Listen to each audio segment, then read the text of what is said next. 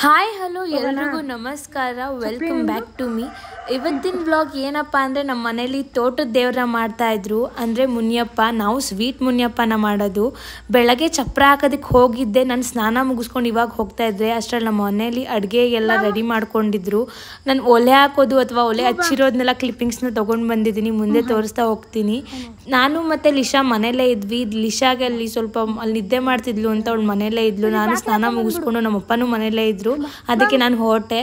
ಅಲ್ಲಿ ಹೋದಾಗ ಅವ್ರು ಅಡುಗೆ ಮಾಡ್ಕೋತಾ ಇದ್ರು. ಈ ಕ್ಲಿಪ್ಪಿಂಗ್ಸ್ ಈಗ ನೀವೇನು ನೋಡ್ತಾ ಇದ್ದೀರಾ ಬೆಳಗ್ಗೆ ತಗೊಂಡಿರೋ ಕ್ಲಿಪ್ಪಿಂಗ್ಸ್. ಈ ಚಪ್ರ ಹಾಕೋದಕ್ಕೆ ವಿಶೇಷ ಏನಪ್ಪ ಅಂತ ಅಂದರೆ, ಆ ಚಪ್ರ ಹಾಕೋದಕ್ಕೆ ಯಾವುದೇ ರೀತಿ ಕಡ್ಡಿ ಅಥವಾ ದಾರನ ಯೂಸ್ ಮಾಡೋ ಹಾಗಿಲ್ಲ.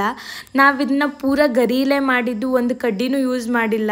ಆ ಚಪ್ರ ನಿಮ್ಗೆ ಹಾಕಿ ಕಾಣಿಸ್ತಾ ಇದೆ, ಆಮೇಲೆ ನೀಟಾಗಿ ಬಂದಿತ್ತು. ನಾವು ಅಲ್ಲಿ ಗರಿನ ಕಟ್ ಮಾಡ್ಕೋತಿದ್ವಿ ಏನಕ್ಕೆ ಅಂತ ಅಂದರೆ, ಅಲ್ಲಿ ಕಟ್ಟೋದಕ್ಕೆ ನಾವಲ್ಲಿ ಚಪ್ರ ಏನು ಹಾಕ್ತಿದ್ವಿ ಅಲ್ವಾ, ಅಲ್ಲೆಲ್ಲ ನೀಟಾಗಿ ಕಟ್ಟೋದಕ್ಕೆ ನಿಜವಾಗ್ಲೂ ನಮ್ಮಪ್ಪ ಮತ್ತು ಅಣ್ಣ ಮತ್ತು ನಾನು ಚೂರು ಹೆಲ್ಪ್ ಮಾಡಿದೆ ಅಷ್ಟೇ. ನನಗೆ ಅಷ್ಟು ನೀಟಾಗಿ ಚಪ್ರ ಹಾಕೋದ್ರ ಬಗ್ಗೆ ಎಲ್ಲ ಗೊತ್ತಿಲ್ಲ ಅಲ್ವಾ. ನಮ್ಮಮ್ಮ ಅಲ್ಲಿ ನೀರನ್ನ ಇಟ್ಕೊಳ್ಳೋದಕ್ಕೆಲ್ಲ ಇಟ್ಟಿದ್ರು, ಅಲ್ಲೆಲ್ಲ ರೆಡಿ ಮಾಡ್ಕೋತಾ ಇದ್ರು ಒಲೆ ಅದೆಲ್ಲ ಹಾಕೋದಕ್ಕೆ. ತೋಟದಲ್ಲೇ ಮಾಡೋದ್ರಿಂದ ಒಂಥರ ಚೆನ್ನಾಗಿರುತ್ತೆ ಆ್ಯಂಡ್ ಎಂಜಾಯ್ ಮಾಡ್ದಂಗೆ ಅನಿಸುತ್ತೆ. ನಮಗೇನು ಎಂಜಾಯ್ಮೆಂಟ್ ಅಂತ ಅನಿಸಲ್ಲ, ಯಾಕಂದರೆ ನಾವು ಯಾವಾಗಲೂ ತೋಟದಲ್ಲೇ ಇರೋದಲ್ವಾ. ಸೊ ನಮಗೇನು ಸ್ಪೆಷಲ್ ಅಂತ ಏನು ಅನಿಸಲ್ಲ, ನಾರ್ಮಲ್ ಆಗೇ ಇರುತ್ತೆ. ಆಮೇಲೆ ರಸಾಯನ ಮಾಡಬೇಕಿತ್ತು ದೇವರಿಗೆ, ಅದಕ್ಕೆ ಹಳಸಿನಣ್ಣನ ನಾವು ಕಿತ್ಕೊಬರಕ್ಕೆ ಹೋದ್ವಿ. ಹಳಸಿನಣ್ಣನ ಕಿತ್ಕೋಬೇಕು ಏನಂತ ಅಂದರೆ, ಅದನ್ನು ಕೆಳಗಡೆ ಬೀಳಿಸೋ ಆಗಿಲ್ಲ. ಈ ಮರ ಹಾಕಿ ಒಂದು 3 ವರ್ಷ ಆಗಿದೆ ಅಷ್ಟೇ. ಆಗಲೇ ಒಂದು 2 ವರ್ಷದಿಂದ ಹಣ್ಣುಗಳನ್ನ ಬಿಡ್ತಾ ಇದೆ. ಇದು ತುಂಬಾ ಸ್ವೀಟಾಗಿರುತ್ತೆ. ಮತ್ತು ಆ ಅಣ್ಣ ನನ್ನನ್ನು ರೇಗಿಸ್ತಾ ಇದ್ರು, ಬಾ ಮರ ಹತ್ತು, ಕೆಳಗಡೆ ಬೀಳಿಸೋ ಆಗಿಲ್ಲ ಅಲ್ವಾ ಬಾ ಅಂತ. ನನಗೆ ಮರ ಹತ್ತೋದಕ್ಕೆಲ್ಲ ಬರಲ್ಲ, ಗಳ ಅದರಲ್ಲಾದರೆ ಕಿತ್ಬಿಡ್ತೀನಿ. ಕೆಳಗಡೆ ಬೀಳಿಸೋ ಹಂಗಿಲ್ಲ ಅಲ್ವಾ, ಸರಿ ಅಣ್ಣ ನೀನೇ ಹತ್ತು ಅಂತ ನಾನು ಹೇಳ್ತಾ ಇದ್ದೆ. ಅಣ್ಣ ಹತ್ಬಿಟ್ಟು ಪಾಪ ಕಿತ್ಕೊಟ್ಟು ನಂಗೆ ಅದನ್ನು ಹಿಡ್ಕೊಳ್ಳೋದಕ್ಕೂ ಆಗಲಿಲ್ಲ. ನಮ್ಮ ಅಪ್ಪ ಬಂದರು, ಯಾಕಂದರೆ ಹಳಸಿನ ಹಣ್ಣು ತುಂಬ ಸ್ವಲ್ಪ ವೆಯ್ಟ್ ಇರುತ್ತೆ, ಅದು ಮೇಲ್ಗಡೆಯಿಂದ ಬಿಟ್ಟಾಗ ಹಿಡ್ಕೊಳ್ಳೋದಕ್ಕಾಗಲ್ಲ. ಬಟ್ ತುಂಬಾ ಸ್ವೀಟಾಗಿರುತ್ತೆ ನಿಜವಾಗ್ಲೂ.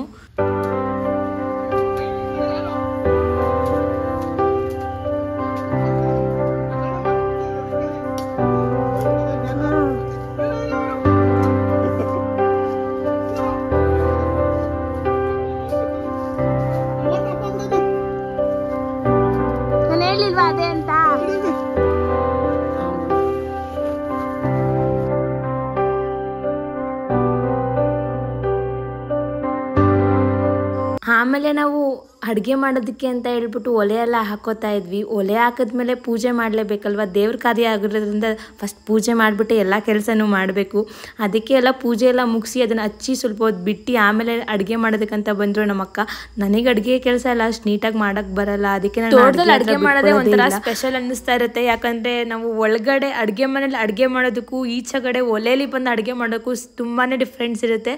ಇದು ಒಂಥರ ಚೆನ್ನಾಗಿರುತ್ತೆ, ಒಂಥರ ಗುಡ್ ವೈಬ್ಸ್ ಕೊಡ್ತಾ ಇರುತ್ತೆ. ಎಲ್ಲರೂ ಇರ್ತಾರೆ ಮನೆಯಲ್ಲಿರೋರು ಅಥವಾ ರಿಲೇಟಿವ್ಸ್ ಎಲ್ಲರೂ ಬಂದಿರ್ತಾರೆ, ಅದೊಂಥರ ಚೆನ್ನಾಗಿರುತ್ತೆ. ನನಗಂತೂ ಸಿಕ್ಕಾಪಟ್ಟೆ ಇಷ್ಟ ಆಗುತ್ತೆ. ಅಡುಗೆ ಮಾಡೋದಕ್ಕೆ ಬರಲ್ಲ ಅಂತ ಹೇಳಿದ್ರು ನನಗಂತೂ ಸಿಕ್ಕಾಪಟ್ಟೆ ಎಂಜಾಯ್ ಮಾಡ್ತೀನಿ ಈ ಮೂಮೆಂಟ್ ಅಂತೂ ಯಾವಾಗಲೂ ನಾನು.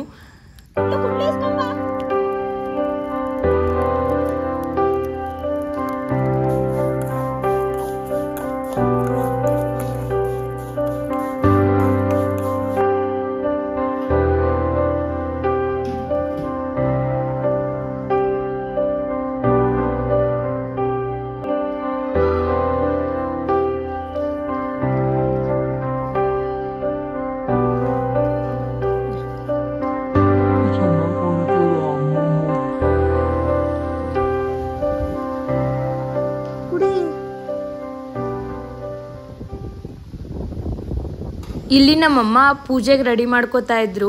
ದೇವ್ರ ಹತ್ರ ರಂಗೋಲಿ ಎಲ್ಲ ಹಾಕಿ ಬಾಳೆ ಎಲೆ ಎಲ್ಲ ಹಾಕಿ ರೆಡಿ ಮಾಡ್ಕೋತಾ ಇದ್ರು. ಯಾಕಂದರೆ ಮಾಡಿರೋ ಅಡುಗೆನ ದೇವ್ರ ಹತ್ರ ನೈವೇದ್ಯ ಇಡಲೇಬೇಕು. ಆ ಪ್ರಸಾದನ ಬಂದಮೇಲೆ ನಾವು ಬೇರೆಯವರಿಗೆಲ್ಲ ಬಡಿಸ್ಬೇಕಲ್ವ, ಅದಕ್ಕೋಸ್ಕರ.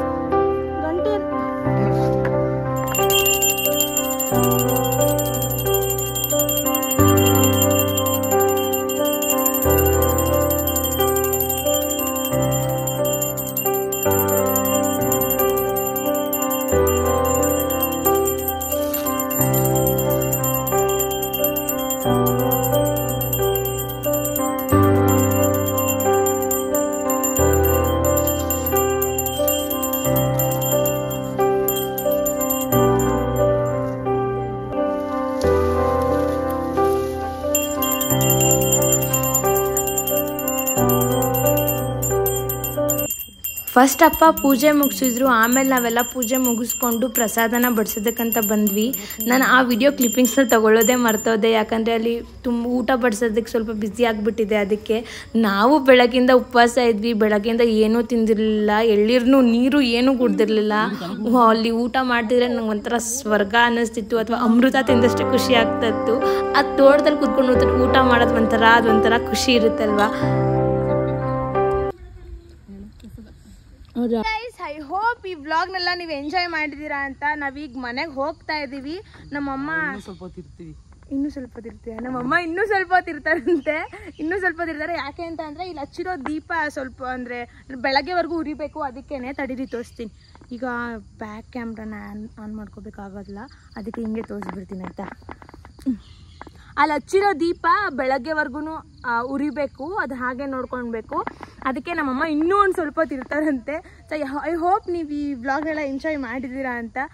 ನೀವೇನಾದರೂ ಎಂಜಾಯ್ ಮಾಡಿದ್ರೆ don't forget to like, share and comment and subscribe. And ಇವ್ರು ಯಾರು ಗೊತ್ತಾ, ಅವ್ರು ನಮ್ಮಮ್ಮ. ನೀವು ಮಿನಿ ಬ್ಲಾಗ್ಸಲ್ಲಿ ನೋಡಿರ್ತೀರಾ. ಹಾಯ್ ಮೇಡಮ್ಮ. ಇವ್ರು ನಮ್ಮಮ್ಮ. ನೋಡಿ, ಎಲ್ರಿಗೂ ದೇವ್ರಿಗೆ ಒಳ್ಳೇದು ಮಾಡಲಿ ಅಂತ ಹೇಳ್ತಾರೆ. ಸೊ ನೀವು ಅಲ್ಲಿಂದನೇ ಕೈ ಮುಗಿದು ಬಿಡಿ ಆಯಿತಾ. ಸೊ ಬಾಯ್, ನೆಕ್ಸ್ಟ್ ವ್ಲಾಗಲ್ಲಿ ಸಿಗೋದಾ. ಬಾಯ್.